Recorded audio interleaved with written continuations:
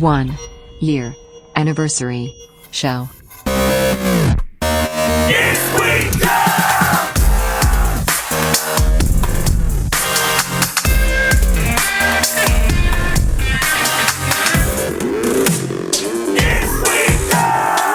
God damn it. What? I tried to fix my glasses. They worse? Made them worse. Yeah. We just rubbed the grease all over. Now it's just like I'm in a 90s glamour shot right now. You look beautiful. Thank you. You look stunning. Little sparkles all over you right now.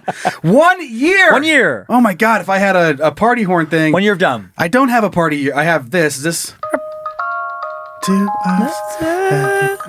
Celebratory-ish. Happy birthday to us. Happy birthday to us. What if that's how people sang birthday songs? It's just so depressing. Yeah, and like a weird, creepy, kind of almost like a little lispy, like happy birthday to you, happy birthday to you. Only hitting some of the syllables.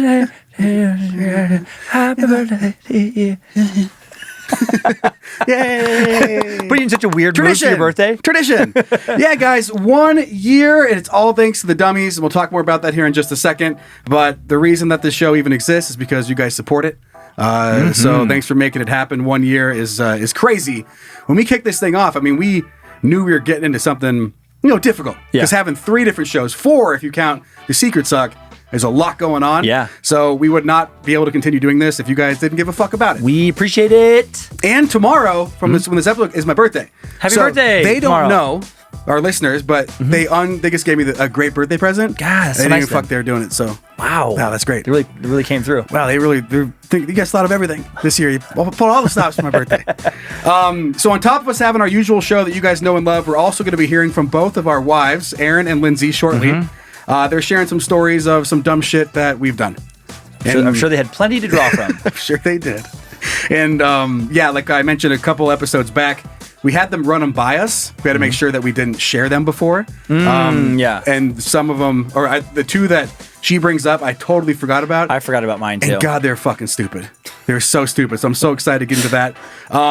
Because we figured that the only reason we made it 1 year of Is We Dumb, we're going to highlight that and celebrate that by doing a Dumb Dumb Idiots listener edition on today's show. So we'll hear from some of the dummies and the dumb shit they do. And we do have some new merch. badmagicmerch.com, or you can go to iswedumb.com and find it. And then we've got a sticker pack. If you're watching the show, Zach, bring it up. Got a Just Don't sticker. I love the check for shoes. We got the dumb tomato ketchup sticker. And then we have the check for shoes. It's great. It's so good. And then check for shoes also available on a t-shirt. So there you go. Oh my God, I love that. I know. And so I've seen some praise. That's really cool. It came in from Adam, was the dummy who sent in the check for shoes story about the, in the oven. Yeah. And he's getting a lot of love. Oh, I love it. Like he's instant fucking legend in the Is We Dummies page. So asking to who the fuck, who was the guy? Yeah. And he's like, da-da-da. And he shared another story about his dad. That was so funny about him fucking forgetting to wear the proper footwear to work. His dad's just a gold mine of comedy. and they wanted to send him home. And he's like, well, whatever. And he went down to he went next door to the hardware shop and bought spray paint and just spray painted his socks and sandals all black and then got away with it. And they just let him, they thought he wouldn't put on work boots, but he just spray painted his fucking feet. That is hilarious. So Adam, your dad, your dad is killing it. Your dad, it's just character. Can be Adam's dad. Is We Dumb Week. Great. Well, that's pretty much it, man. We're just going to get into it, and we're going to get the juices flowing. Or do you want to highlight what's coming up on One Star Heroes? Because this guy is a fucking dick. And this was sent in from Dakota, and it's Roinstad. Looks like how you say your last name. I'm sorry if I got it wrong. Roinestad. But Dakota sent us from Aurora, Colorado. This Steve-O's Pizza. Yeah, and we highlighted it on a Dumb Dumb Idiots section a handful of shows back. Right. And so we're going to revisit about the competitive eater. Yeah. So we'll go into that. We'll explain that a little bit more and just a refresher. And then we'll go into it. And it's like, if you've heard us, longtime listener, reminiscent somewhat of the Pizza Factory guy here in Coeur d'Alene, and also of the drunken trip in Gulfport, Alabama. Yeah. Gulf Shores, Alabama. Yeah. That's what it was. But those two places had staff that were supposedly abusive to the customers. This motherfucker takes it to such a next level. I've never read about any dude even in the ballpark of this guy on Yelp before. And like it's amazing he's not in prison. That's what I was going to say. How is it even open? And how is he not arrested yet? That's a common question in the Yelp section is how is he doing this? How is he free? Not just like how is his business open? How is he not behind bars? The food was pretty good, but also more impressive than that, how's he still a free man? It's unreal. So I'm very excited to share these reviews with you. And then before we get going, I'm just going to pick up the old the iPad here. But here's our cake. Look. I'm excited to have a slice of that. Just don't. Just don't. Just don't across the top of it. So we're excited to dig into that. And again, thank you guys so much for celebrating 1 year with us. Mm-hmm. Juice is flowing time? Let's do it. Zach! The very super most important starting question. Now this one was sent our way by dummy Joshua. Would you rather do everything with maximum aggression at all times? Okay. Or have your ball sack on the underside of your chin like a turkey neck instead of down with your ween? It's a really funny visual. Gobble, gobble. Gobble, gobble. Oh my God, that's a really funny visual. You'd have the opportunity to be like, hey, my eyes are up here. Hey, look at me. My eye. I'm sorry, but your balls are on your chin. I know that. I just picture you have to kind of cover them up.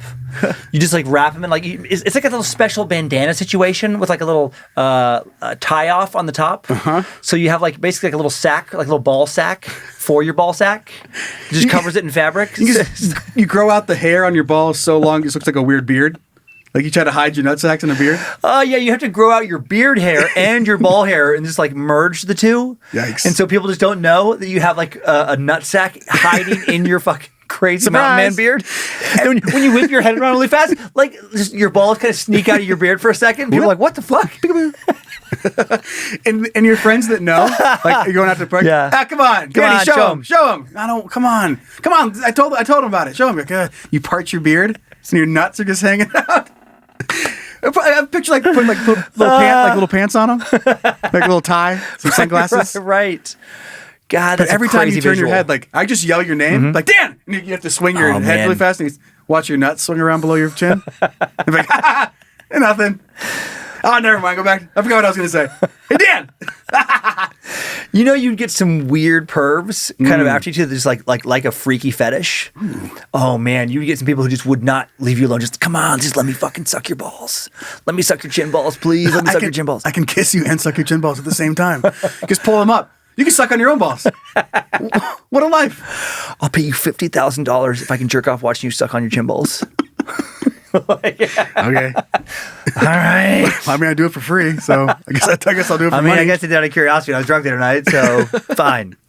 All your friends, you're just trying to enjoy yourself, and all your friends will come over and just give you a quick tickle, patting them around like little. Oh my God! Do you remember we called it squirreling when we were little kids, but that little flick to the nutsack? Oh yeah. People just doing that under your chin, just like you're sneaking up behind you. You still feel nauseous? Oh my God. That's the worst. You couldn't fight. I will say, if you had any dreams of being a UFC fighter, you could be the most talented MMA fighter in history by far. You got a button though. You got a big button. All they have to do is just grab and squeeze your chin sack, and then you're just down. They kick you in the dick, nothing. You're like, right. What? You're destroying someone through 2 rounds. The whole time he's just trying to speed bag your chin. Guillotine them, and they just get one hand free. Just, they just tap out. Okay. Jesus. As you get older, it hangs lower. Pretty soon you just tuck it into your collared shirts. You just tighten up your necktie to make sure your balls are nice and snug. Oh my God. Against your Adam's apple. So many gross situations. Exactly. Like a turtleneck sweater, but it looks like you have a fucking tumor hanging off your neck. People are like, oh my God, I'm sorry, is that a tumor? No, it's my nuts. Check this shit out. And you show them your dick. Chin nuts. And it's just your fucking dick and no balls. But which is also weird. And that would be interesting to show people. You could have a fucking full-on erection with no sack behind it. Ooh. And people are like, well, how are you pulling that off?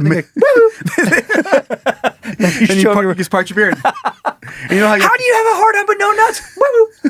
And you know how your balls go up when you're aroused or about to come? Oh yeah. That's gross. Think about your balls like tightening into your neck more right before you. Okay. So anyway, the other side. Yes. Maximum Maximum aggression at all times. Which Would be does give me super annoying. Officer Sprinty and Moonwalker vibes. It does. It does. A huge amount. Yeah, we've dealt with similar territory, which is it's such a frustration. That I mean, Like just doing the dishes. Like, yeah, 1 second, just like, just you, like, no, maximum aggression. Not a little bit. Like, you have to go hard. And do you have to verbalize maximum aggression? Probably. What does it say again? What's the wording? It just says do everything with maximum aggression at all times. So I picture that like when you're talking to somebody, it's never like, hey, do you mind handing me that? Or, Yeah. hey, could you hand me that Sharpie? Hey, can you hand me that Sharpie? Like it just, whoa, Jesus Christ. Jesus Christ. And if you lost the lottery twice and you had maximum aggression at all times and a ball sack under your chin, what are you laughing at? I picture the maximum aggression person somehow being hired at a library. like let's say it counts as like a disability, and then it's like a massive thing to fire them. Equal opportunity employer. Yeah, equal opportunity employer. You get a job at the library. They can't fire you for your disability, so they can't fire you for just fucking screaming at everyone at the library. That's America, baby. Yep, all day, every day. And then also for just like in a library, just like racing through if someone needs something. You know, like someone has like a coffee and there's supposed to be no beverages inside. And you can imagine like, just like you're like a nice old guy who sits down their little latte, gonna read some Dickens. And then someone's like, what are you doing? There's no beverages in the library. Sprinting at them. Fucking grab, no! Just like people having heart attacks. I'm sorry. It's just the way I am. And then you add ball sack to the chin on that fucking cursed son of a bitch. Jeez. Holy pajamas. I'd go to that library. I'd watch the show. That'd be my favorite place to work. I'd start reading fucking books again. I'd start pretending I know how to read again. I'd just sit in the corner on a beanbag chair and watch this mother. Just picture you in the corner with an upside down book and like pushing your glass every once in a while, like you're very studious. And then you're just like, oh, yeah, okay. It's Dr. Seuss. Oh, the places you will go. And it's upside down. You just want to watch this? Chair. That'd be the best show. I really would, so though. Good. It'd be like a family event because my kids have the same fucked up sense of humor I do, and so does Lindsay. We just like, hey, you want to go to the library? Like, hey, let's go grab some froyo and let's hang out at the library and watch fucking Dwayne scream at people. Right. Watch out, or what would his name be if he had chin nutsack? No, Jack? Jack? Jack. Oh, Jack. Let's go in the library and watch Jack scream at people. The kids would be like, oh, well, hell yeah. You betcha. Listen, we can go to the movies, we can go to the theme park, or we can go to the library and watch Jack scream at people. Library. Again. Let's go. Jack for the win. Jack for the win. Count it. Yeah. So, I mean, but aggression on everything. I mean, that's walking, that's driving, that's cooking, that's sleep. I guess you have to sleep really hard. Good night. Turn off the fucking light. you have a I'm going to bed now. You have a pile of smashed lamps up next to your nightstand. That's how you have to turn it off. All your stuff is like stainless steel and bolted to like various other pieces of furniture. So your nightstand, it's steel. It's bolted to the floor, which is just a fucking concrete slab of floor. And then you have a steel lamp with a protective cage around the bulb. And just like a giant like pull stick or something for the light, like not normal switches. Everything is just super industrial, so you're not just breaking things constantly. Every door you open, folding laundry. Your whole house, you live in a steel house with fucking steel doors, drinking out of steel cups. It's a bomb shelter. Right. You have nothing. You go home to just a metal room because it's gotten so expensive, right? That you just go home, you slam the door, and there's literally nothing for you to break. Like you are locking yourself up in solitary confinement. It's for your own good. I picture your exercise is just a heavy bag in that steel room. That's it. Just a really massively reinforced heavy bag. Time for a light workout. God, you'd be so strong after a while if you kept living. Like you just have so much scar tissue and your bones would just calcify more and more just from constantly just being so aggressive with all your actions. You'd be like a fucking superhero. A scary superhero. It's a scary thing. Thinking about that, just jacked. Like not normal. Mangled up hands. The Rock. Dwayne The Rock Johnson. Yeah. In that library setting. Right. Punching tea out of old people's hands. That's so funny. It's such a funny thing. But again, I don't think I'd be able to keep that up. So as odd as it sounds, I think I want a ball sack on my neck. You know what? For fucking funsies. I don't know. God, it's a terrible choice. And I think actually I'm surprised. I also am going to go ball sack in the chin because just to be that aggressive all the time. Exhausting. So exhausting. And you'd have no friends. You'd have some friends. Ball sack guy'd have friends. But aggressive guy would have friends. Would not have friends. Yeah. I bet people trying to introduce you. Have you met my friend Joe? You see the one with the ball? Yeah. Yeah, that's him. Yeah, he's got the ball sack on his chin. Oh, you'd be unforgettable. They'd 100% remember you. And I bet you would actually, I bet, would have like a good dating life. Because there's enough freaks out there who'd be like, I'll fuck a chin sack. I'll fuck a chack. Just having to look at it all the time. Like this, you can't never, like this is, you already scratch your chin. Now you're just scratching your balls and your chin. It's actually efficient. I'm not big on, I don't care about my balls. But like some people are really into like having their balls touched or whatever like that. Like I don't fucking care at all. Leave them alone. There's just get away from them. Does nothing for me. But like for those people who do, what a crazy thing of like what a weird like jerking off situation where you're like with one hand, you got one hand down your crotch and then your other hand, yeah, squeezing. I like the way you do that. Myself. I'm the only one that knows how to do this. Of course you are. You're the only one with fucking balls on your chin, bro. No wonder you're so complicated. No wonder. Makes it easier to choke yourself too, I think, when you're jerking it. Just saying. That's true. You know, there you go. Helpful stuff. That's helping out. Helping out. Okay, so dick chin balls. Dick chin balls. Check. Jack. You ready to hear from our wives? I'm scared. I am. Okay, let's move on to Is We Dumb? And we'll just start with Lindsay. Okay. And we can pause it whenever you want to comment. Okay. If not, we're just going to watch this thing. It's like 7.5 minutes of you being a dipshit. Ready? 7.5 minutes. Yep. Okay. All right. All right. Yay. Okay, happy 1 year anniversary. Is we dumb? Thank you. Thank you. You is dumb. Fair. Okay, so Joe asked if I could tell some stories of dumb things that Dan has done. And I actually had a harder time thinking about it and coming up with something than I wanted. It was sort of frustrating that I did not have a barrage of stories. Also, It's because I neglect her and his never life home. is so public that it feels impossible to tell a story you haven't already heard. Yeah. So I was trying to think really hard, like, God, what has he done? Y'all already know he wore the wrong size shoes for years, like all these Sure different did. things. I'm like, man. So I have two stories that are pretty lightweight, but like, my God, you're an idiot. Fair. So the house that we live in, well, the only house we've ever owned together, and the only house I've ever owned.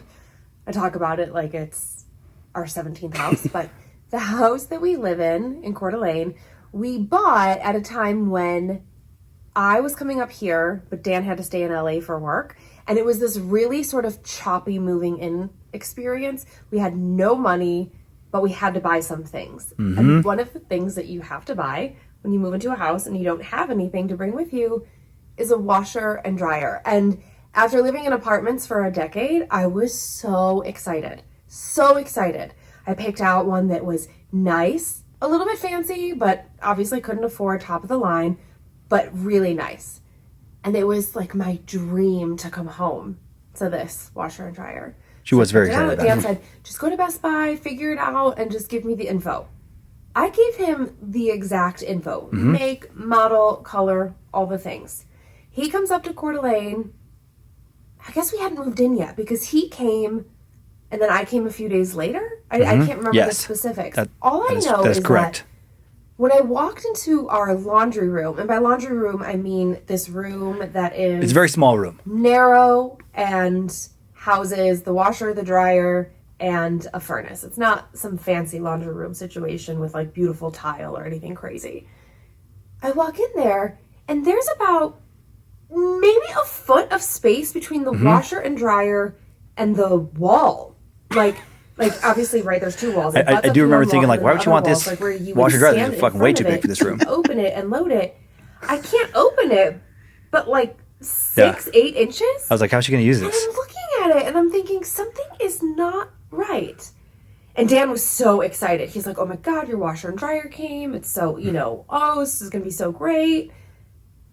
And I'm looking You were at in it, denial. and I'm looking at it. True. I was like, yeah, they were huge, but I'm like, well, I guess that's she probably knows something I did don't. not order Some the right secret way to washer open and them. dryer. He ordered commercial grade washer and dryer. I didn't know I could even do that. Commercial. Do you understand that the drum of the washer, I could have gotten in they were there, plus our gigantic. 2 kids at that point in their lives, like, was massive. And of course, when they deliver these things, you have to sign off on it, right? You have to say, yes, this is the right thing. Because you can say, no, it's not the right thing and send it back to the store. Oh, no.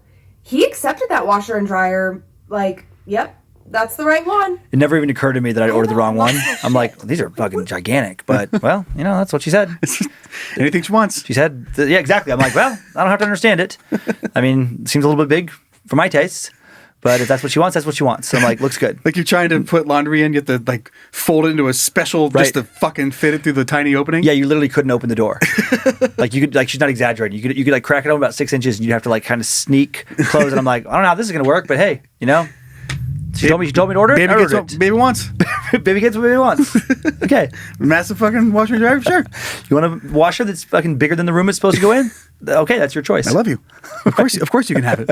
So of course we had to send it back, and it was a whole thing. And comically, I think the next day we had our refrigerator delivered. Oh yeah, and shit, I forgot. He had so And it was tiny. It was a mini fridge. Little mini fridge. You're just sitting in your kitchen. Everything is like cartoonishly too small or too big. You know, like our bed is like it was like a replica king bed instead of a real king. And it's like a doll bed. I'm like, well, I don't know, it's kind of small in my mind, but you know, they said it's a king bed. She's like, yeah, it's a fucking doll bed. It's a race car, one of those race car beds. Right. You sleep in that. You have gigantic forks and spoons, tiny refrigerators. And then we have some crazy like stove from like a professional pizza place. Right. I'm like, I mean, I don't know why we need fucking 24 racks. Some of those hibachi grills, like with your tiny mini fridge next to it. Right. Welcome home, baby. Welcome home. It's your new home. Welcome. Oh, well, he was so proud of himself. He measured, it was going to fit, it was going to be so perfect, it was just the right size. No, it wasn't. It's a little big. Our refrigerator is like 2 inches taller than maybe what he thought it was. Maybe an inch. I don't have the best gauge of size here. I failed to take into account But- the hinge on the top. Oh, right. Right. That extra couple Under, inches. it has, a cabinet above it, as they so often do. And our refrigerator is now holding the cabinets up. It is so freaking tight in there. pushed them up the wall a You little can't bit. Now pull it's it holding out. them. There's no cleaning behind the refrigerator freaking ever. Anytime we've ever had to have any kind of work done in this house for whatever reason, and any handyman or contractor sees that, they're like, oh, that's really in there, huh? It sure is. It sure is. It was just so dumb. I love that one. Didn't even bother me. I'm like, I knew it was too big, but I'm like, well, it's fucking here. And there was no part of me that was like, well, you should probably just get a different fridge. I was like, nope, we're just going to wedge it in there. Push it. And I'm like, wood bends. And so I just heard it creak, and my only thought was like, please don't snap. Please don't snap off. Don't want to fix that. Don't want to fix that. That's going to suck if the cabinet snaps off.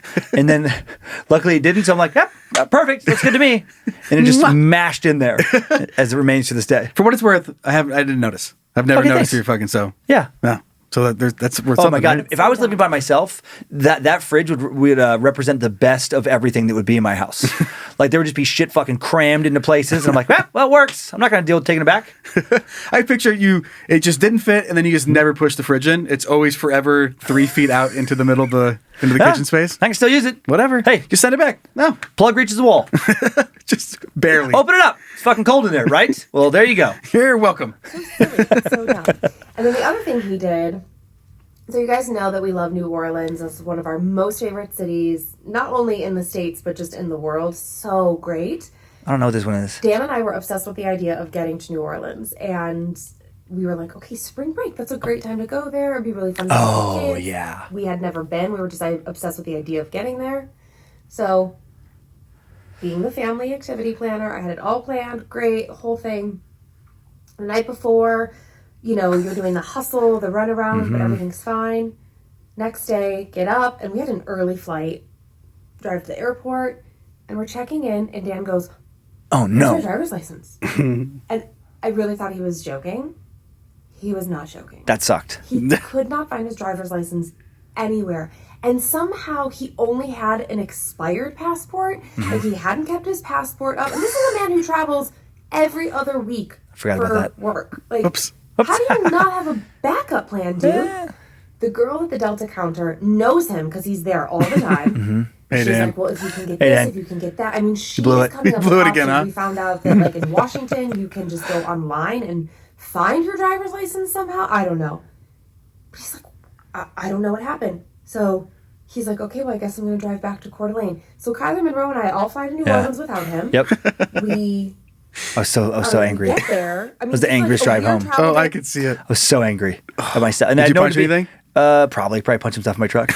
I was just so angry and had no one to be angry at but myself. Oh, it's the worst. Oh my God. And then I don't know. Well, I don't want to spoil it if she says Okay. it, if she says where it's from, but I'll let her finish telling the Not story. understanding what's Oh, so happening. Am I stupid. now taking this trip without him?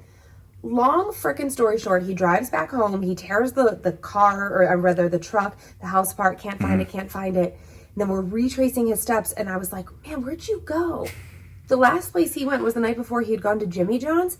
That dumb shit took his driver's license out of his pocket. I don't know why. I don't either. He must have, like, I think he had a... I don't even know why I was showing my driver's license at Jimmy John's. Listen, sir. Listen, you 21? This is over. I just want a turkey sandwich. Yeah. Yeah? Yeah, well, this one's over a foot long. So legally, we gotta make sure. I got to card you. I gotta card you. No, make so sure- I'll call it Jimmy John. Like, why did I even take my driver's license out there? Oh, man. I still don't know. You hand it to him like they need to check it. Like, what the fuck are you doing? What are you doing? It's Jimmy John's. He takes it and like looks like he's like, I go, fuck. fuck is this Jimmy John, you dickhead? clip at the time and had his driver's license in there. And when he took it out, his driver's license landed on the floor. Oh, fine. Oh. So Jimmy John's had his driver's license. Oh, boy. And then it was such a particularly frustrating situation because I think he came home and they had told him if he had some other form of ID with a picture on it, he could get in. So he still didn't find his driver's license. Nope. Until, like, I figured that out and hunted it down while we were all in New Orleans. He eventually got there. I don't know what he used to get on the airplanes to get through TSA. Gun. Expired But passport. then he was going from New Orleans. He was 9mm. doing tour dates in the South. He was doing like Texas, Atlanta, I forget where else. And he had to rent a car. So he ended up having to have the how did comic I that was do that? opening for him rent the car. Oh, because yeah. he didn't have a driver's couldn't even rent a car. license. And then I found it at Jimmy John's and had to overnight it to him. Oh, that's right. Somewhere. So I could get home. Come Something like on. that. It was crazy. Who goes to the airport without at least checking everything to make sure they have all the things? So now every time we go to the airport, I am panicked. Like, we're not gonna make it through. You ruined I it. triple check now. What a dummy. I- What a dummy. True. Thanks, Lindsay. Thanks, Lindsay. I did learn that you can fly with an expired passport. that time, it was like if it was expired in the last like 2 years or something, you Yeah. can still get on a domestic flight. Okay. So an expired passport let me at least go to part of the trip. But that was like, what's really sucked about that was just stewing in the decision for so long because I had to drive and we're an hour from the airport, so it's Right. a 2-hour round trip. So I had to drive all the way home, tear everything apart. Finally found this like expired passport, or figured out that I could fly with that. And then we came up with that thing where we would she would mail me my driver's license later, but it was like this whole debacle. But I did miss the flight. I can't even remember it was like expired. Maybe it was plus a second form of ID. I can't remember what I even got at home. Like that, and then like a credit card that has your name on it or Something like that. Something like that. Maybe we didn't have the expired passport with us, but anyway. Oh yeah, the whole family got a day of vacation in before I got there. I mean, And then of course you don't just get like an awesome flight. No. Then it was like if I would have gone on the original flight that I bought, it was like one layover and an easy hour and a half. And then instead it was like now it's like 4 flights. And then this you're one gonna flew hang you out. to Hawaii, and then back to San Diego, back to Yep. Hawaii. Then each layover you're like, I'm so fucking stupid. I hate myself. And when you lose something like that and you really have no idea, it's so one of my favorite things is where you start looking for shit. Oh yeah. We're like, oh, did I put my driver's license in the freezer? Right, the weirdest places. Is it inside the ice cream tub? Like you just start looking in the weird, you're like, oh, fuck. I'm like looking into shoes. Right, you check your shoes? check your shoes. Yeah. I did check. But like maybe it fell in one of my shoes. Right. Maybe it fell. Yeah, exactly. All these weird places. Maybe it's out in the yard somewhere. I haven't worn this sweatshirt in like 6 years, but did I put it in this pocket? Did I use my driver's license for a frisbee the other day at the park? Right. Maybe Let me go down there and check this out. Right. Did I tape it to the back of my car? Like just weird shit. That's one of my favorite things about losing things that you have no idea. There's no way you'll check there and be like, but if I don't check there, then I'm going to be thinking later, I should have checked there. Right. It's in my sock drawer. Right. It's in my socks. It's in my sock drawer, but it's inside of a sock. Right. I was hiding it from the kids, right? No. Fuck. I'm dumb. I'm giving myself my own colonoscopy. Like I'm somehow buy one of those little cameras and I'm just shoving it up my ass. Like, is it in my small intestine? Is it in my large a intestine? little bit farther. There's the stomach. Going down your throat after you go in your butt. Then you have to start shoving the camera down your throat. Is my esophagus. I should have probably washed it between my butt and my esophagus. Oh well. Add it to the fucking list of how dumb I am. I've taken the garbage disposal apart. Maybe it's in the garbage disposal. Maybe I can tape it back together. Going to your neighbor's house. Did I give you my driver's license yesterday? What? You don't even fucking know who you are. God damn it! New neighbors. Hey, my name's Dan. Did I give you my driver's license recently? I can't find it. Anyway, great to meet you. Scurry back Everybody around the neighborhood. Hey, have you seen my driver's license? They're like, who are you? My name's Dan. I live 6 houses down. Right. Do you mind if I look in your yard for my driver's license? No, get out of here. And it just expands. Like, who are you? I live 6 miles over that way. Right. And you're up in fucking Hayden, like asking people. Like, I haven't to give you my driver's license. I have no fucking idea who you are. Okay, bye. I'm putting up flyers all around the city. Have you seen this driver's license? Please call. I can't make it to New Orleans without it. My family misses me. My family.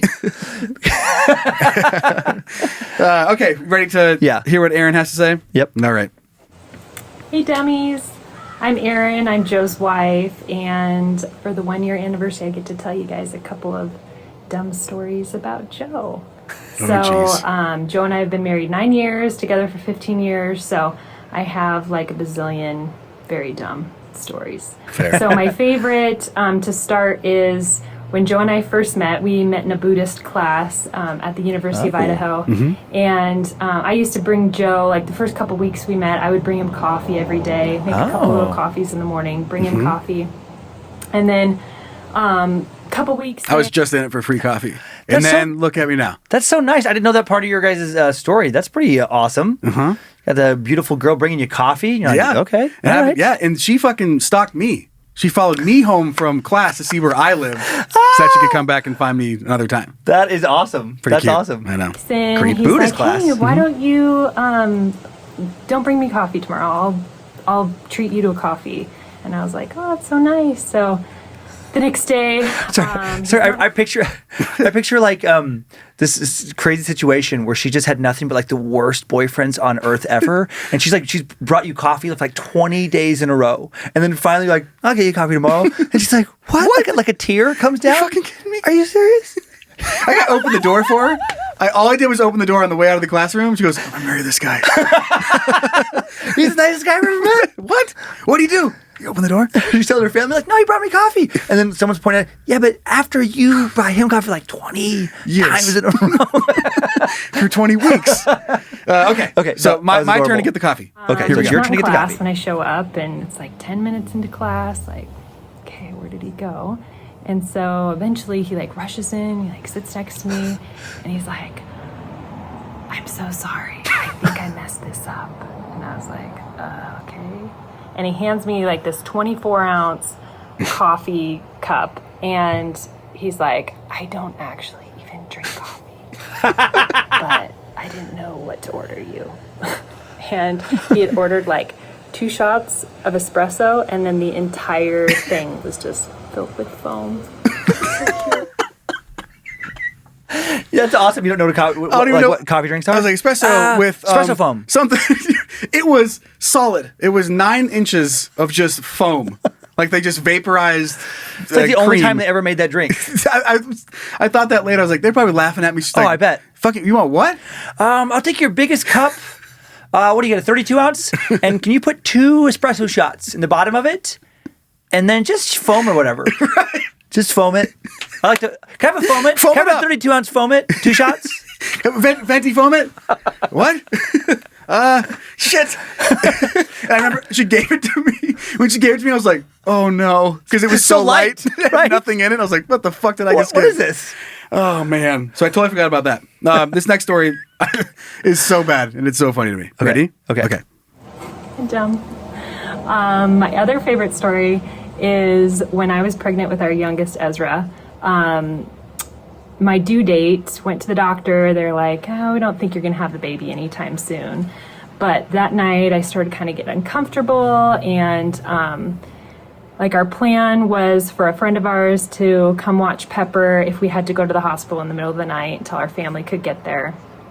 And so I told Joe, go to bed, and then if I go in and it's not false labor and they decide to admit me, I'll just call you and let you know. And so he goes to bed around like 11 o'clock. I decide I'm going to go in because I'm just really uncomfortable, and drive myself into the hospital.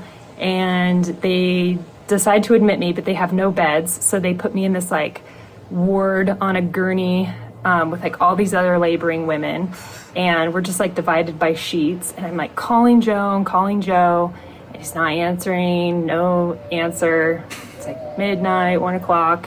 And then I'm like just so pissed because I'm in this room like by myself, like have to use the little commode toilet next to the bed, like all these other people in there. And probably called him like 20 times.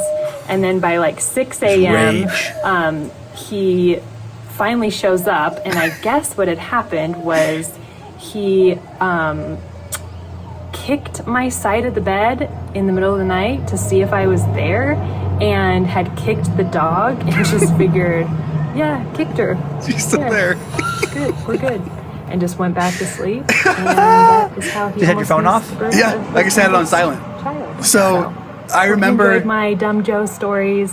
Happy 1 year, Dan and Joe. I love laughing at you guys. Oh, yay. Thanks, Aaron. Thanks, Aaron. So I remember that I must have I didn't like kick. Yeah. But I must have felt Ryrie. Right. Probably 40 times. And I love that Ryrie is a small dog. Yeah, it's just- like a very small dog. He's a wiener dog, so he's long like a leg. What do you think, 20 pounds? 25? He's probably 800 now. He's a fat old man now. But he's a little dog. He's a little dog. I mean, Yeah. He's not a human-sized It's a dog. wiener dog. Yeah. So I just like kicked my foot over, and it wasn't hairy. He must have been like under a different blanket.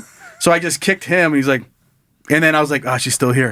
And I just go back to sleep, and then wake up, and instead of just rolling over and being like, is my pregnant wife still here? I just do a little mule kick and be like, still here. I just picture you explain it like, baby, like, I'm not good with details.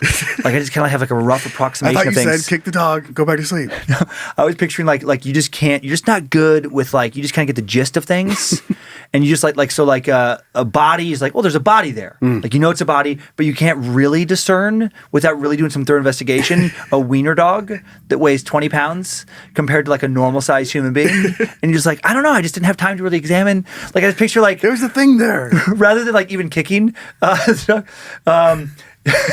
you actually like just like reach over and like touch his like he's sleeping up on the pillow there, and you like feel his little claws. And you pet his little like wiener dog face. Okay, she's still here. Oh, thank God she's still Oh, here. thank God. The panic. You actually scratch his ear a little bit. Oh, thank God she's still here. Shake the big dog here. Rub the belly. I love you, baby. I love you, baby. He's kicking. He's doing a little kick, rubbing belly. I love you, baby. I'm glad you're still here. Like his fast back leg move. You're still here, baby. I picture you like holding hands with Aaron in the night, like falling asleep holding hands, and then someone switches her hand with the little dog's fucking claw, and it's like, and it just doesn't register. You just think like, I love you. She must really love me. She's gripping tight, man. Your nails feel a little bit long, but whatever. You need to cut those nails. You need to cut those nails. That was the dog's paw. Oh, okay. Oh, shit. Well, you need to cut the dog's nails in. The panic that I thought I missed his birth when I woke up. Ooh. I was like, oh shit. Like it was 20 plus missed calls. I was like, fuck. Oh, no. And then I think I called back and then she didn't pick up, but I knew she was there. So then I had to just like fucking chill there and wait for our friend to drive in. So I could be like, okay, bye. And then leave Pepper and go to the hospital. yeah. But it was, I don't remember being mad at me when I got there, but She wasn't mad at you when you got there. I don't remember her being mad. She seems like I mean, Whoops. not that she can't get mad, but she seems pretty even-tempered. She is. Yep. Pretty patient. Mm-hmm. Yeah. So I forgot about both those stories, and I'm glad that they are now out in the open. So thanks again for sending those in. Yeah, thanks, Lindsay. Thank you, Aaron. All right, let's hear from our listeners. Love you. I love both of you. Play it. Dumb.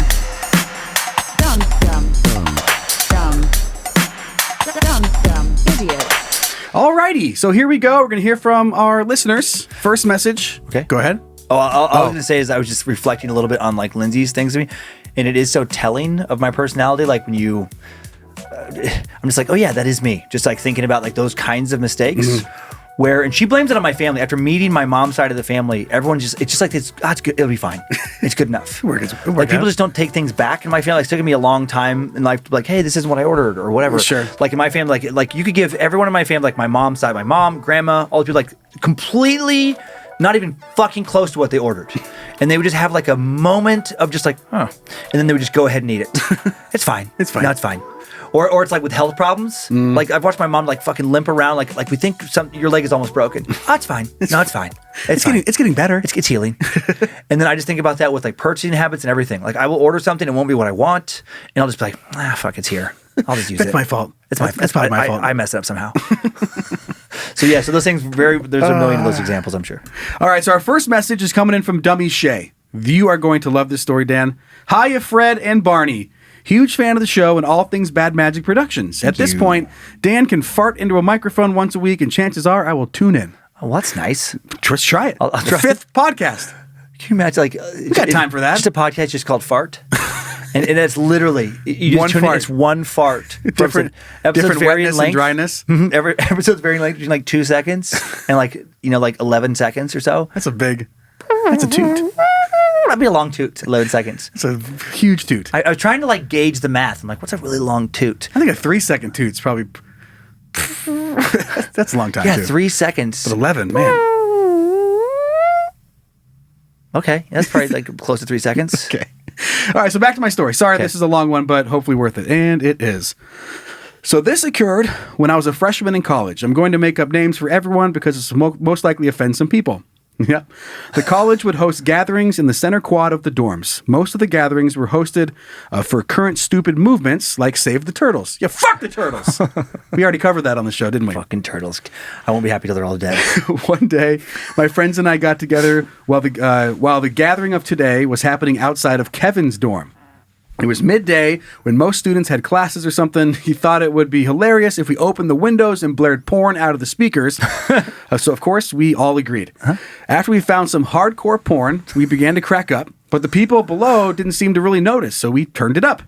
Heads began to turn and scan for the source of the sound, but it wasn't the reaction and shock that we were expecting. So Kevin decided to go down to smoke a cigarette and then see if he could clearly hear the porn that was coming from the window. Smart. So I watched the people below, watched for his text. Maybe a minute passed and I hadn't heard from Kevin, but I saw teachers and counselors leaving the group and quickly walking towards our dorm. They found out where the source was coming from. My blood went cold with panic as it wouldn't take long for them to get all the way up here. The dorms were maybe 4 floors. We scrambled, quit out of the porn website, closed the windows, moved the speakers back to their normal home. Our friend Nicole's room was across the hall, so we all ran to hide over there. And we just waited. So Perfect. now the Yep. flop from Kevin's point of view. Okay. Well, outside in the quad, Kevin lit a cigarette like normal and he heard the porn.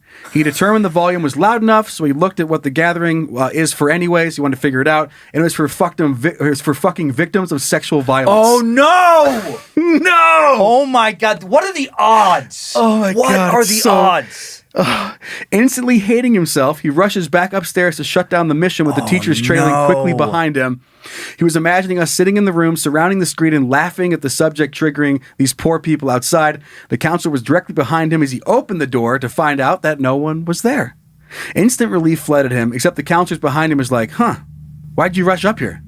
Kevin made something up about class, I think. In the end, they never figured out it was us. We just carry the shame with us silently. Don't be dumb like us and look into who you were pranking. Hope you enjoyed the story and can laugh at our shame. Keep on keeping on. Love the show. 3 out of 5 stars. Shay. Fuck. Shay. I mean, just bad luck. I mean, that has to be like 1 in a fucking million. Just so bad. You're blasting porn, and there happens to be a gathering of sexual abuse survivors right below where you're blasting hardcore porn. It's so dumb. Man. I think about the sinking feeling. Oh. I think about those odds. When you're like, oh my God, I'm such a piece of shit. I haven't told this story here, I don't think. Maybe I told it on the Secret Suck. Even then, it would have been a while. Okay. But the only like crazy odd story I have that's similar to that somewhat is a year after college, being drunk, being stupid, being like weirdos, and we were just ripping signs out of the ground, like street signs around the Logan neighborhood around Gonzaga. And we pulled this one no parking sign out, it's on the other side of the sidewalk in front of someone's house, in front of their lawn. And we're like dragging it down the street with the intention of putting it on a friend's lawn and just yelling just dumb stuff. Like we were in character, something about our taxes. Yeah. Absurdity, just nonsense.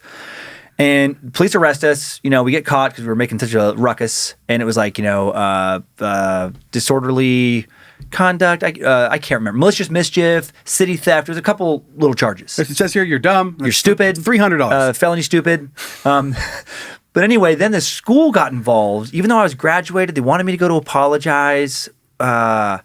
It was all this crazy. The people, like, I went ahead and pled guilty to the things in court, but then now the people who lived in that house were talking about, like, suing me. Okay. And I'm thinking, like, well, first I was confused because I didn't realize where the no parking sign was actually technically part of their property. Oh. I thought that was, like, the city's.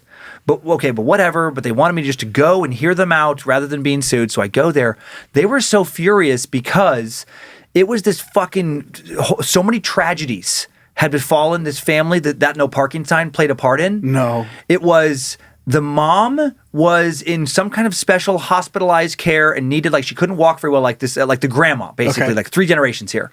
The grandma, and needed to have the little car come, take her to her places to go to be fucking whatever, to be helped. Yeah. And then the daughter had special care, and I believe, if I'm remembering right and not exaggerating, was the victim of like a drunk driver accident. Okay. And she had to go get hospital care, and they had to go park. So they didn't like that we were drunk doing it on top of it. Yeah. And then he wants me to come over. He's dying of cancer, and he has his treatments. He has like 3 months to live. So I sit in the living room, and they're fucking crying. They're talking about how like what you don't think that this meant nothing to you. This was a stupid prank, but look at how it affected our family. It was basically like all their rage at life for all these things was taken out on the dumb fucking 22-year-old who took the no parking sign. The final straw. It was the final straw, and I just got all of that pent up sadness direct. But I just remember thinking, like, what of all the fucking no parking signs I could have taken in probably all of America, this was the worst. This was the one that had the most emotional energy invested in it. Yeah. But man. I've always thought about that sense of like, you think like something means nothing. It's like, this is no big deal. And it could be a huge deal to someone. Yeah. So but again, so unlucky. Yeah, that's crazy. Okay, we're moving on to our next story. This was coming in from Dummy Jacob, who writes, "Hey guys, Big Dummy here. Wanted to share a story from high school when my younger brother lit a cigarette off his finger with PVC glue. So, yeah. So not to be outdone, I poured it on my hand and lit my whole hand on fire. I don't understand what they're doing with PVC glue. I'm guessing you light it on fire, and it burns, gotcha, but then gotcha. eventually, like it says here, like you can shake it and then it goes away, goes right? out. Okay, so, gotcha. He was trying to not be outdone, so he did some on his hand, and then when he ran out of the PVC glue, I used rubber cement, which would not go out when I waved my hand. The aftermath resulted in a huge amount of pain, and the doctor using fish pliers to unravel the skin on my hand. Oh my God! Victory! Fish pliers. Jesus. I can sadly picture that. I know, it's so gross. Second story. I have fish pliers. Me too. I'm an avid fisherman. I know that, and I saw you were in the Hall of Fame for the big fish for best fish pliers. big fish catcher on the lake. Most hooker taker outers of fish mouths with the fish pliers. Yeah, I've seen that. Congratulations. Thank I've been you. meaning to bring that up. Second story was I showed up to a party and was given a shooter of honey whiskey. Everyone had one. Sounds good. I know, we all did it together. Halfway through my shot, someone said, "That's impressive." My thought was impressive. They're already done. So what's that mean?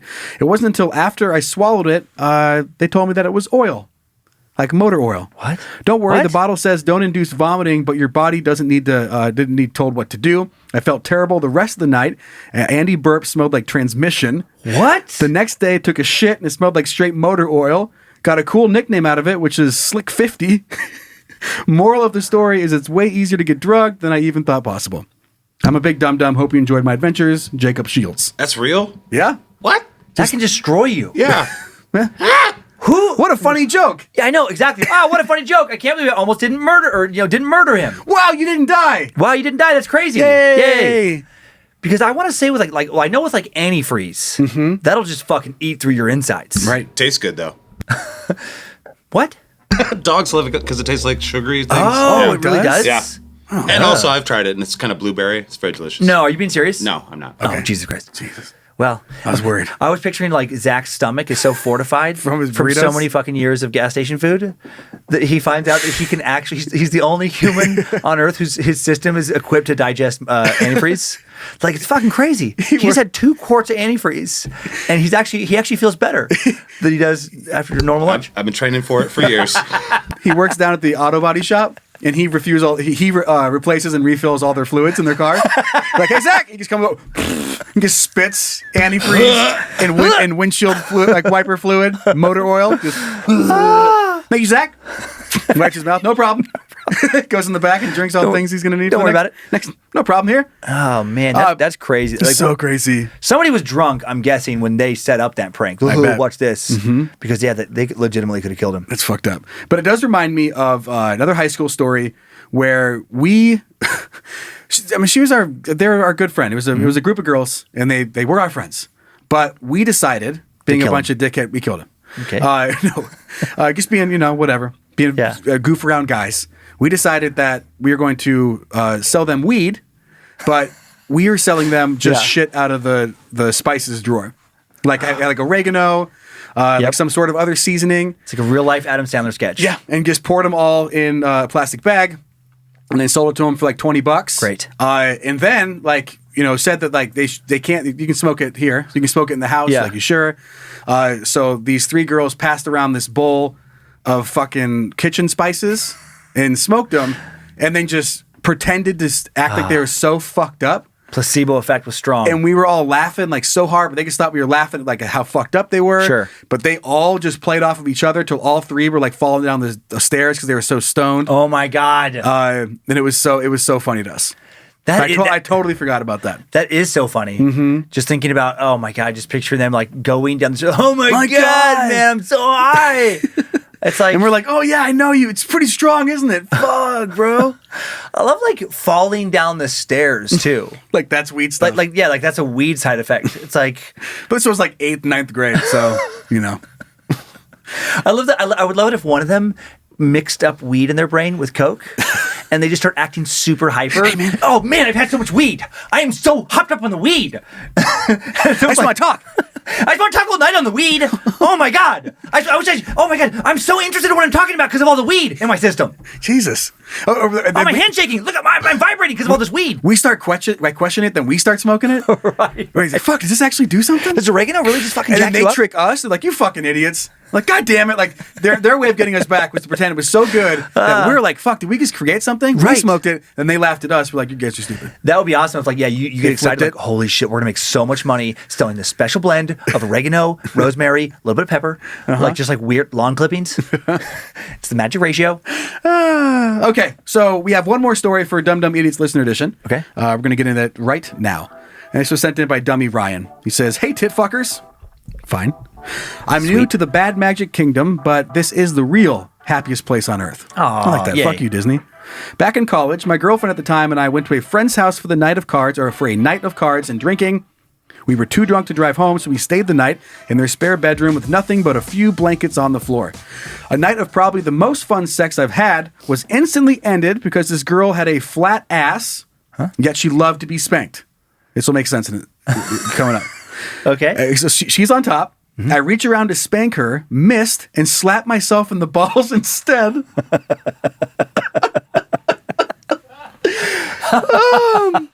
I felt some pain in my life, but sacked having myself in the middle of sex has to be some of the worst. She just about died laughing at my misery, and I can't help but do the same looking back on it now. Thanks for the laughs these past few months. You've made travel and being away from home much easier.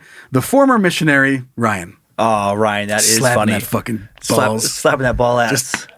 Like if you're given a butt spank, Right. and just end up flapping your sack, that's a slap. That's ouch. That's a solid ball hit. And if you are, balls deep, as they say, your sack is a little tighter. Ooh. So it's going to hurt more to hit it because Yeah. there's going to be less give. Oh man. And that's what he says. Like he walks around every time he sees a girl with a flat ass. He's like, "Ow!" His balls sting a little bit. Brings him back. Weird PTSD. But this funny, and I've never shared this story before. I don't think with like really anybody. Maybe my brother. But it just it reminded me of something that happened during sex that was so funny that neither one of us could continue. This was way back before Aaron. Sure. So no one freak out here. Sure. So it's a night of drinking at the bars. Yeah. And we go back to her condo. It's quite a walk around town. We're walking there. We're laughing. Yeah. We know each other from high school. We ended up going to the same college. And we'd never done anything before. Like we'd never hooked up or done anything. But I mean, it was all stacked up. We were gonna fuck that night. It was just, there's no way around it. Okay. So we go back to her house and we're having sex and we're on the floor. And the mood is set. We have some music on. Nice. The nightstand has some candles on it, along with like her clock and like all of nightstand stuff. Yeah. Candles are lit, and we're having sex on the floor. I'm on top, and her legs are up, and for whatever reason, I must have just like hit a perfect spot.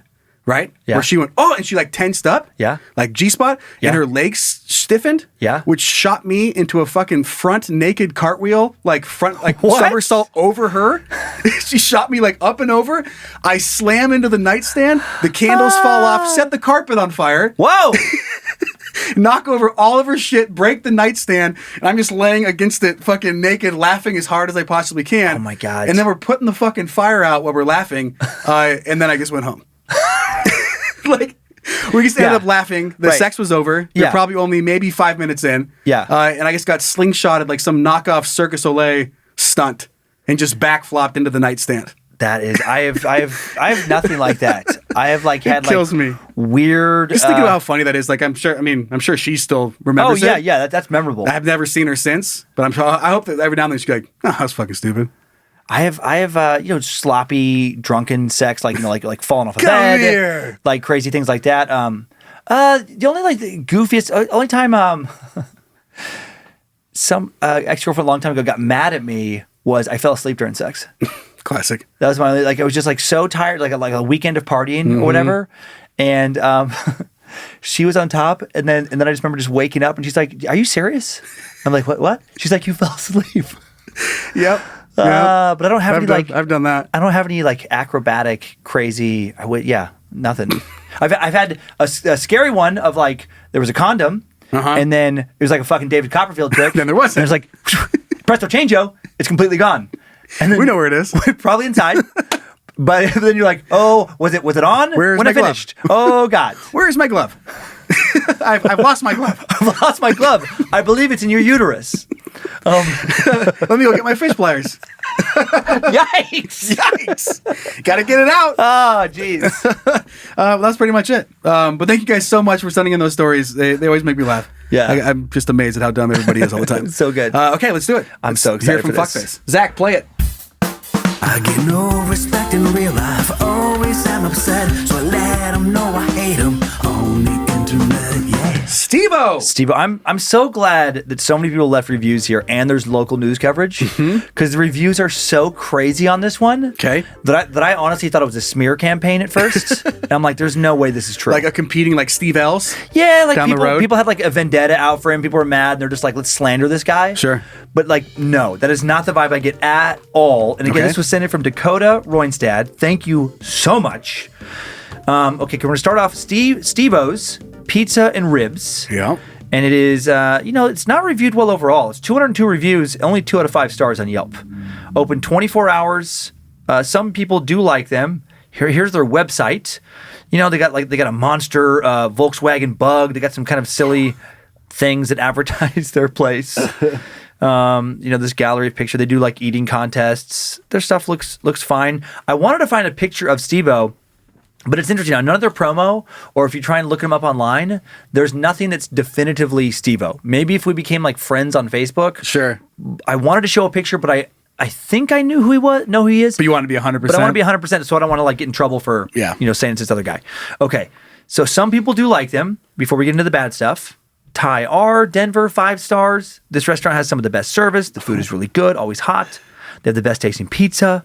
Please consider choosing Steve-O's next time you crave pizza. Thank you. Anastasia, character and great tasting food. Oh, yeah. Best pizza I've had since I moved out here. My husband and I have been following this place from Facebook. And then, they kind of defend him on some things. And there is some people who like what's going on here. What a weird representation of your journey. We've been supporters. We followed this guy over from Facebook. Right. It's like, okay, so you found him on Facebook. It's a fucking pizza place. What are you following? Like his journey, his career as a man? Right, I know. Just we weird. followed him all the way from the back in the days when he was on Facebook. Cool note.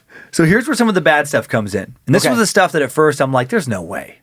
So this is Abhendra S. 1 star. This is July of this year. Worst service, and this is referencing the episode that we did a while back where he went off on this competitive eater. Oh, yeah. That we'll talk about here in a second. Worst service, this place is run by a dude who's a racist. He changes the rules on a pizza challenge when an Asian woman came in. I called to confirm, and this place could not keep the story straight. In the end, racist people running a racist pizza joint. Fun. Jason L., kind of echoing some of the stuff here.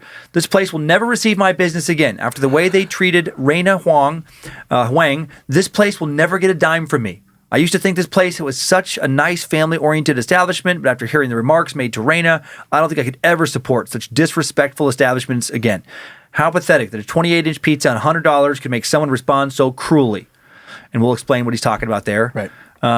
Okay, so here is the local news coverage.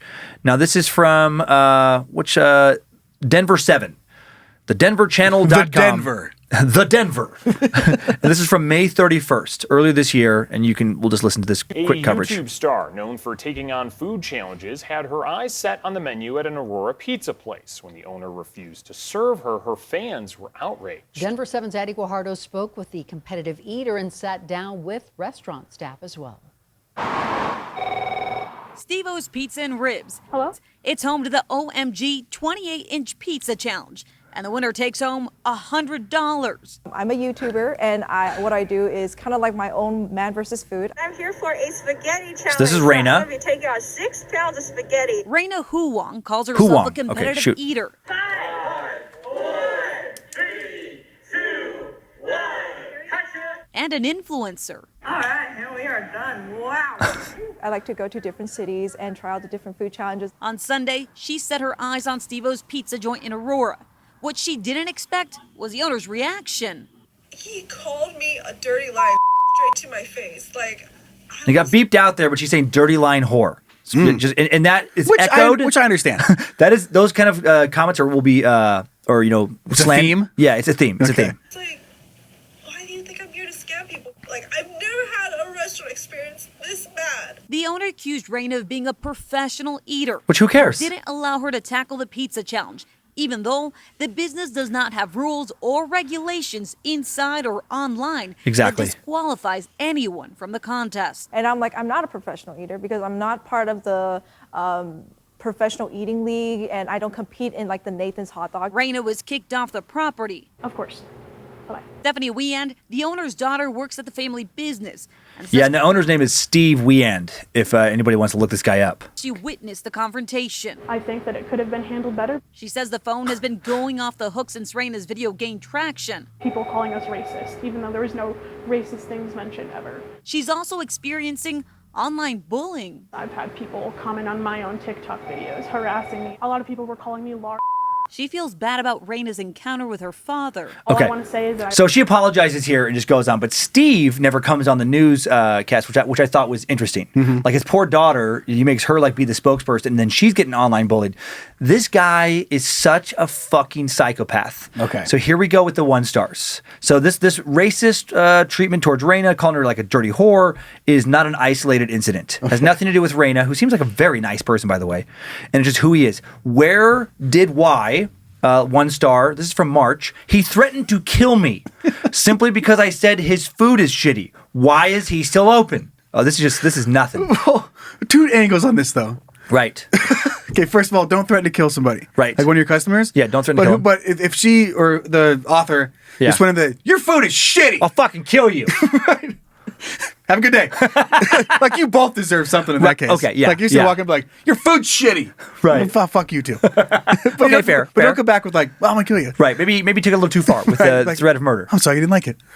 And okay, so and it's not a hollow threat, it doesn't seem like, because okay, Tammy K now writes 1 star also from March. The worst restaurant in Colorado. Seriously, do not eat here if you value your life. I got food poisoning for a week and I'm pregnant. The restaurant was very unsanitary. Their tables were filled with old crumbs and hair and sticky dirt.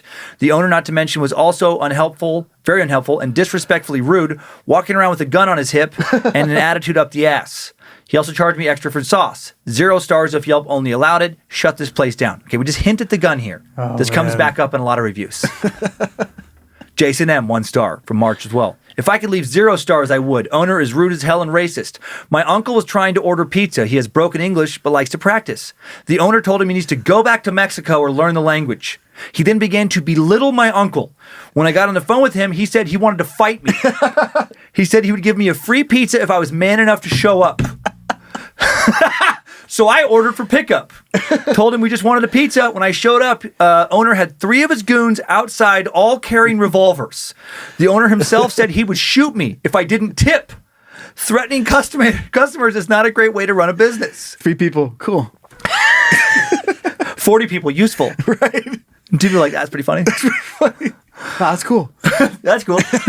So, this is such a fucking saga. Why don't you come in here and fight me for a free pizza? Well, fight me. Come and fight me then. For a free pizza.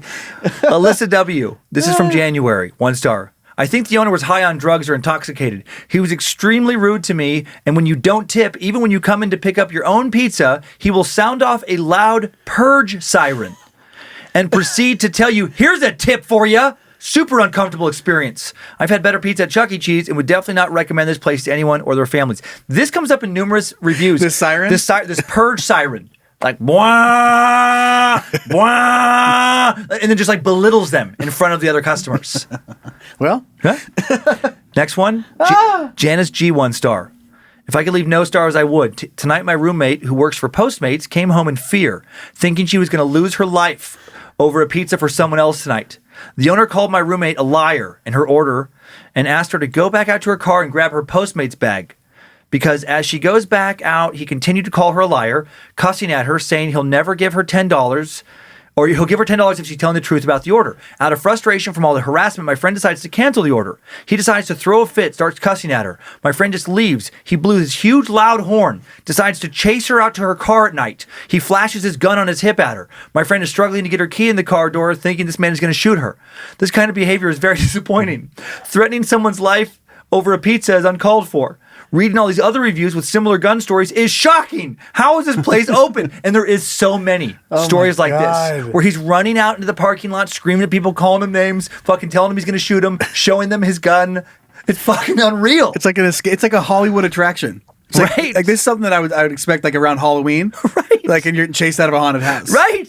But just a dude at a pizza place. Oh, fuck. All right. Okay, so this next one. This is Alexis R. This is back from November last year. I really give this place 0 stars. I'm a DoorDash driver and went to pick up an order, and the guy was so rude to the point I almost called the police. He wouldn't give me my order, so I was walking out, and as soon as I got outside, he blew something like a train horn. I have seizures, so this could have ended very badly for me. He proceeded to come out and threaten me. Mind you, I'm a woman. Told me if I didn't leave, I would regret it. He was cursing and yelling, following me to my car, acting like a complete crazy person. Do not eat here. They serve the people frozen pizzas and are terrible with customer service. Man, this guy is insane. He's fucking unstable. Sabina H, 1 star. From May of last year. Filthy dirty. Rats in the parking lot. Steve-O is a lunatic. When I asked him when the food would be ready, he screamed to me that it would be ready when it was ready, fucking bitch.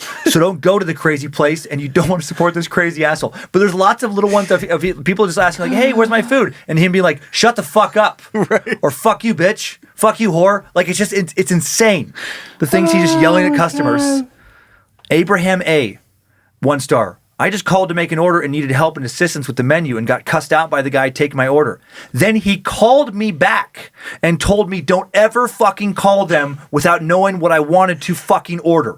Then said who the fuck would call and not know what they wanted when I only asked for assistance for a special. Good luck with that attitude, and how dare you call me back and threaten me. That's some next level shit. The owner calls them back. Hey, motherfucker. Don't you ever call my pizza place again and not know what the fuck you want when I'm ready to take your order. Time is money, motherfucker. And he's wasting more of it. Call him back. Oh, my God. Move on, Steve-O. Move on, Steve-O. Couple more. Jasmine E, 1 star from 2019.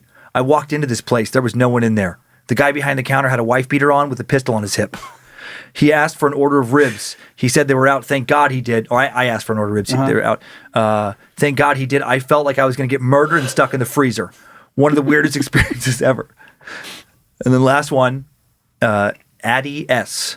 This is from 2019. Worst customer experience ever. The delivery man threatened me with a gun. He says he'll use it if needed. I have it recorded on video. They were late an hour to deliver my pizza, and when I told him it took so long, he says, I don't give a fuck. Worst place to order food, and don't make my mistake.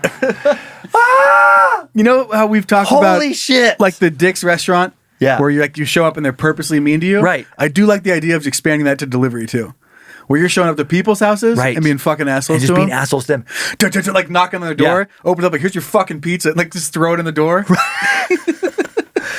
Thank you. I just honestly can't believe this guy. Kick their fucking lawn gnome over. Just smash some of the stuff in their yard. Just take a dump in their yard.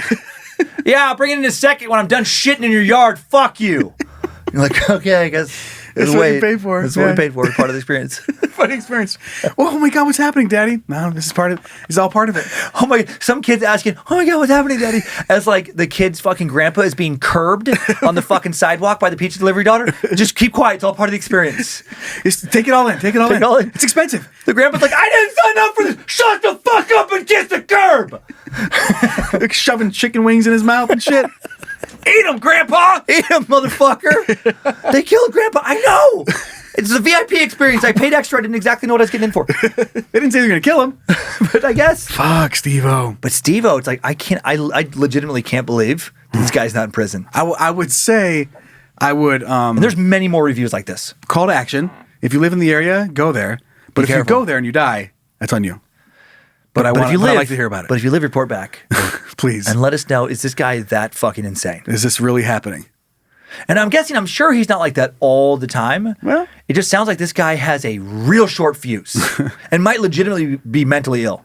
Right. Like maybe when he's like teetering on the wrong side of his fucking brain chemistry being set, nice and even. His balance? His balance a little bit off. Maybe then he's a little bit more prone to kind of snapping on people. To drawing guns on people in parking lots? Maybe he's just hangry. Maybe he has blood sugar issues. Maybe he hates his own food so much. Like he can't eat at work because it just upsets his stomach. Something. And then when you look at the guy who I think this is, looks to be about 55, 60 years old, and he's got a skullet. Which is, of course, for that guy, he's got like the longer hair in the back and then bald up on top. And he does look like the kind of guy, if it's who I think it is, that does this kind of shit. All right.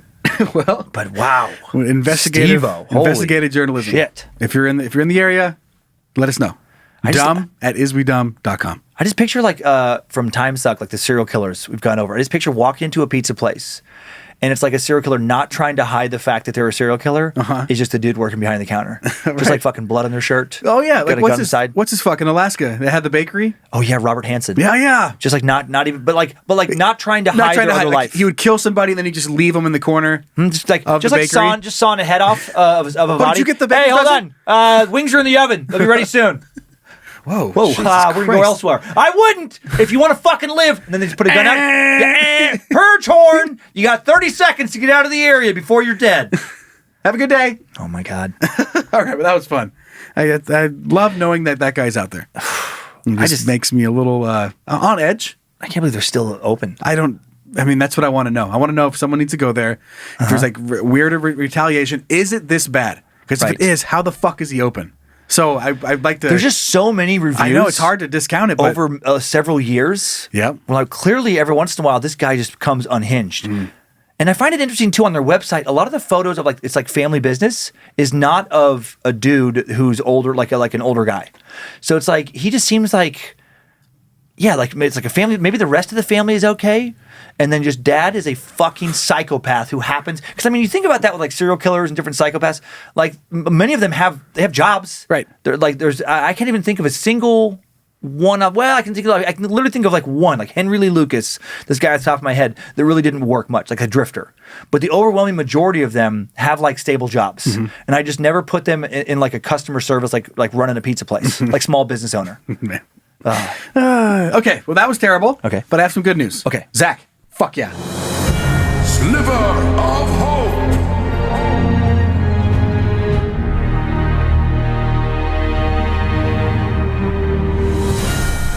The good news stuff. Okay. Co-workers donate their kidneys to save each other's husbands. Wow. Check this shit out. So 2 women in Georgia teamed up to save the lives of each other's husbands by donating their kidneys. That's amazing. Yep, so Tia Wimbush and Susan Ellis were co-workers at the Children's Healthcare of Atlanta for 10 years, but they were unaware that they shared the same struggle. Wimbush and Ellis's husbands both had kidney disease and were in need of transplants. Upon finding out about their shared struggle back in 2019, the 2 women quickly became each other's confidants and talked to each other about the struggles that came with dealing with kidney disease. Now, that all changed in September of 2020 when, during a chat at the office bathroom, Wimbush asked Ellis what her husband's blood type was. Ellis's husband, Lance, had a blood type of O negative, a rare type that is difficult to match. Wimbush, whose blood type is O, was compatible. So, Alice's blood type, on the other hand, was A, which was a match for Rodney, Wimbush's husband, who is type AB. How cool is this? All that was going through her head was, what if we can donate our kidneys to each other's husbands? I could have never imagined it, Wimbush told CNN. Now, upon learning of the potential solution to save their husbands' lives, Wimbush immediately called her doctor to confirm if the match was truly possible. The 2 women underwent blood type and antibody tests that confirmed their matches. On March 19th, the 2 couples underwent surgery in Piedmont's hospital in Atlanta. Wimbush gave her kidney to Lance, while Ellis gave hers to Rodney. All 4 surgeries were successful. That is amazing. Isn't that crazy? I'm so glad it ended in a happy way where like one of them, because that would suck if like one of them it just doesn't quite take. Ooh. I didn't even think of that outcome. Right. My brain went to like the chat in the bathroom. Like, what a weird way to figure out that you might be able to save your husband's life. Like you're taking just a huge shit next to your friend. Like, oh my God. What? He has what? You have? Oh yeah, I'll give him my kidney. Just super serious. Just a funny, visual for me. I like that's an picturing awesome people story. Pooping and talking and laughing. I wonder if that ever. I'm guessing the instances of two women in a bathroom pooping and talking has to be about 1% of the amount of times that happens with dudes. It always weirds me out when it happens to me. Yeah. I think it's weird. I was like, can you shut up? Don't talk to me. I'm in the bathroom. Right. But I've like, at least according to Lindsay, she's like, women don't talk in the bathroom. Like when they're going to the bathroom. It's very serious business. It does remind me. There was a TikTok that was floating around Halloween. Yeah. Where there's a guy in the middle stall between two other dudes that were pooping, and he had a bowl of candy. And he goes, "Here you go, my dudes." And like put it underneath there. He goes, "Oh fuck, you kidding me?" And like one hand would grab like some candy, and the guy on the other side's like, "Hey, can I have some?" He goes, "Yeah." He goes, "Here you go, my dudes." And he slides in a little like a candy thing, and they're just laughing and eating candy. That's hilarious. Yeah, for Halloween. Happy Halloween, my dudes. Happy Halloween, my dudes. Okay, so let's move on to something weird I found on the internet. Okay. To you from internet. The internet has all sorts of neat things. Anything you want can be yours. Let's take a peek, together, as a couple. To you, from internet. This was sent in by Dummy Adam. Adam. Not the check for shoes, Adam. Okay. So don't get too excited. Don't go for a signature yet. This is a 90s TV emulator. Oh, that's so sweet. So I'm going to push the power button here. On the screen, again, there'll be a link in the episode description. But you have an old school TV. Turn on the power, and I can flip through the channels. And just gonna have a bunch of different stuff that was from the 90s. My90stv.com. Sort of getting changed, and I said, So this is a music channel. Wait, who is that? Walked out me G-string. I don't know. I think that was one of the Robbie something. Robbie something? Williams? I don't Robbie know. Williams? On the left. Just like, we're only having fun at the end of the day. We're not meant to offend. Okay, fuck this. Changing channels. There's an ad. Price on this Kenmore dishwasher, only $329.99. Oh, that's so great. Isn't that fun? And this is right here at the bottom. This is 1991. So you can go all the way up to 99? Yeah. WB Superpalooza. What's that? An entire week of superstar team-ups featuring all of your favorite super friends. Oh, man, it's funny. We go to 95? Yep. Very tired. You know, like 95. What's going on in 95? Here's a gift the whole family will enjoy. Not just day after day, but year after year. Commercial for Disney? What's this? Star, the only satellite TV you can get without having to buy a dish. A service that offers up How creepy. 5 channels and digital picture and sound. Oh, man. Okay, a movie. It's close to a murder up Oh? Not that I know. Oh, Sean Penn and... Oh, yeah, Sean Penn's like on death row or something. I just want to help him take responsibility. Okay, we'll watch one more channel. Another movie. Jim Carroll, novelist, Leonardo DiCaprio. musician, and New York legend. Whoa. Is that the Basketball Diaries? Leonardo DiCaprio in the true story of the death of innocence and the birth of an artist.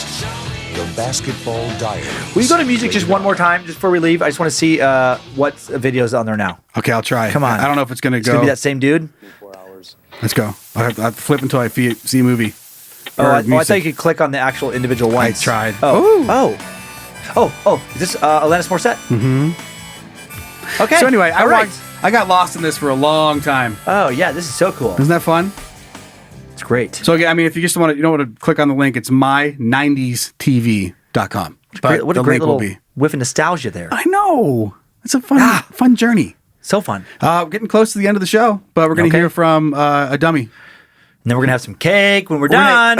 Well, eat cake. We'll have to slam our face into it. I don't have anything to cut it up or anything. What? We'll just have to have it after the show. I don't know. Let's have it after the show. Okay. All right, roll it. Zach, play it now. Thanks. It's Junk Mail. Thank you, Zach. First piece of junk mail, first and only, coming in from Dummy Kenny, who has a nice tip, and this is a nice tip. He goes, "What up, dummies? Listening to the episode this week, back on on July 1st, Dan talked about how he put powder on his nuts to keep the thigh fat rub at bay. Yeah. This is a mistake that we've all made. I learned a trick while in basic training the hard way from my drill sergeant. I walked in our bay from a long training mission looking like Yosemite Sam. I like that visual. Yep. This was the moment I knew all of our times our drill sergeant told us you wish you would all just die. It was just his way of saying I love you. He yelled across the bay and asked why I was walking like someone had just got his fart box pumped. I explained my fat thighs were raw. He threatened me with corrective training until he got tired if he ever saw me walk like that again. So then I explained I needed to get a solid, or he explained to me I need to get a solid white stick of unscented deodorant and mark it 4 balls only to avoid any further mistakes. Oh, I've heard of using deodorant. Yeah, so from then on, I would rub down my inner thighs and butt crack with my special stick. So while everyone else would be sucking and dealing with swamp ass, I'd be smiling and stepping it out. It may sound strange, but if you give it a try, I know your balls will thank me. Man, hope my grammar wasn't too shitty. Love you guys' show. Dummy, Kenny, Constant. I gotta remember to buy some of that. Some ball stick? I'm literally writing down a note for myself. Ball deodorant. Buy special ball stick. Special ball stick. Ball deodorant. Because I sometimes, I have balls. I have balls. And I tried on my thighs using also like petroleum jelly. You just put it there so they has a little bit like slick. Slick nuts. And it kind of, helps it a little bit. And that helps if you get those like a heat rash from rubbing, I will say some, petroleum jelly, just putting a little protective sheen on it does help you heal. But as far as for preventing more friction burning, I like that deodorant thing. Lindsay told me about that, and I thought she was crazy. Well, turns out she's not. No, maybe. She's gonna be so mad that I'm listening to a stranger now. And not her? Like, she's giving me that advice for a long time. Like, whatever. Yeah, you don't have balls. Yeah, exactly. Yeah. Like, what do you know about skin? Yeah, what do you know about ball sacks? What do you know about friction? You don't have balls? Door slam. And then you waddle away. Ouch, ouch, ouch, ouch. I don't know why that just reminded me. Like, you could have just been making up all this shit right then. Yeah. It did remind me of something I used to do, and it was never anything bad, but I did find it funny to go into medical forums. Hold on, hear me out. On the internet. And I just put like doctor something in front of it. Oh, no. It'd be like, Dr. Richardson. Right. Which meant nothing. Yeah. But to them, when they saw me comment things, like it was like, oh, it's just a doctor that's saying this You shit. give people terrible medical advice? Right. But it sounded like it would kind of work. Yeah. Like something about hemorrhoids, and then you just like have a certain kind of toothpaste you had to rub on your butthole. You monster. And I don't know if anyone followed it. But I just would cruise through, and like, if they almost sounded right. Like, I know this, and you start with that. Like, I know it sounds crazy, but peanut butter in your ear, like, will help with an ear infection. And like, I guess I don't know how many people have read that and shoved peanut butter in the ear, but it helps me sleep at night. That's funny. That is funny. I don't do it anymore, but I used to. I'm just picturing like what you could talk people into shoving up their butt from a complete stranger. Right, from a stranger. Yep. You know what your butthole needs? Mayonnaise. I know it sounds crazy, but I need you to get a stick of butter. Right. Put some mayonnaise on it, microwave it, and then put an enema in your butthole. And then when you get done with that, you poop out butter, and then nothing's changed. Have a good day. Just like some crazy, it sounds kind of plausible. Almost there. You can't be too off the wall. You want to get some cold butter, and you're gonna like shave that into a projectile, kind of taper off the end, like somewhat similar to a sex toy, and then you fill the other end of the butter. You hollow it out, and you fill it with peanut M&Ms, and you're gonna want to push that into your butt completely, and then let your butt hold it, let it melt the butter, so that the M&Ms are now inside your rectum, and that's gonna knock out your hemorrhoids. They have to be whole. That's why you put it. They have to have a vessel. They have to have a vessel to travel inside of. Something that will melt. And now you have these buttery peanut M&Ms inside your rectum, and that's how you get rid of hemorrhoids. I bet you can get one person to do it. I'm just hoping. I was hoping I was able to get people to rub some toothpaste on their buttholes. Okay, well, that's our show. That was fun. Yeah, I had a 1 blast, year, man. Yeah, thank you guys so much for sticking around. And here's to many more. I did want to just kind of throw out some stuff and that we did bring up in our first year. Oh, yes. Little recap. Yeah, some characters. I mean, we have Brad, check which, check for shoes. That one's new. Remember Cheryl's Perfect Pussy? Oh, yeah, Cheryl's Perfect Pussy. I had that written down for a long time. Yep. My terrible job at math, where everything's about football fields.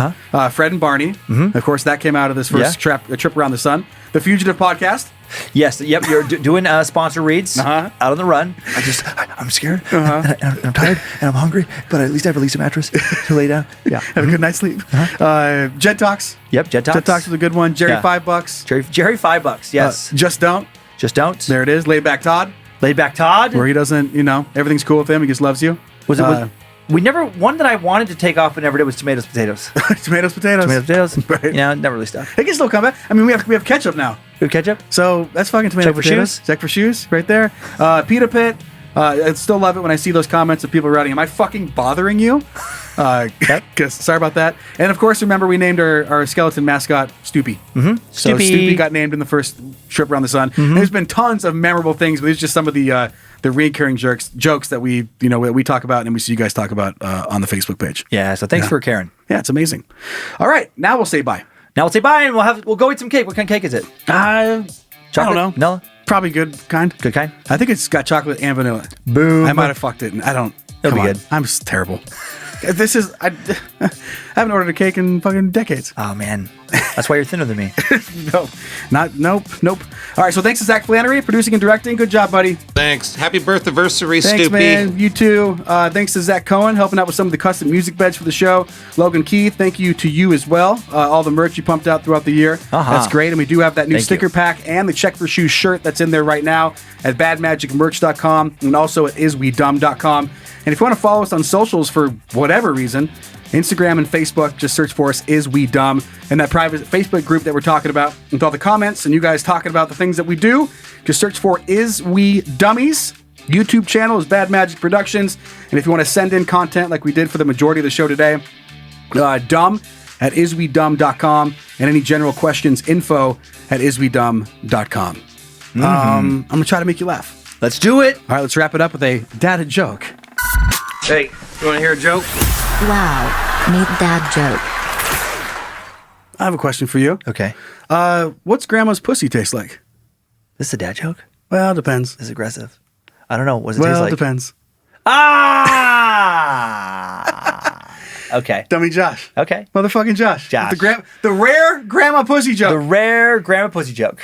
I like it. You know what? Let me share one more grandma. It's kind of a dad joke. Okay. This is a joke that my grandma actually told, and you'll see why that reminded me. Oh, my grandma's never told a joke like this before. She told me one, and it fucking killed me. Okay. She told me she randomly, this is like, I don't know, 4 or 5 years ago. She's in her 70s, that she got a tattoo of a mouse. Uh-huh.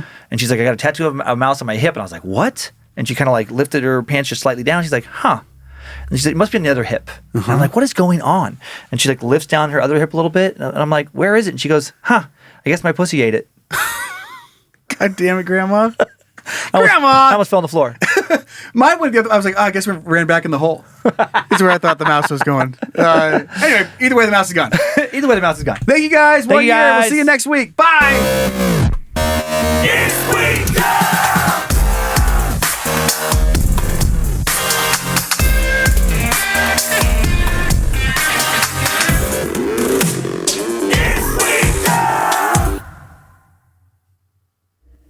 Bad Magic Productions.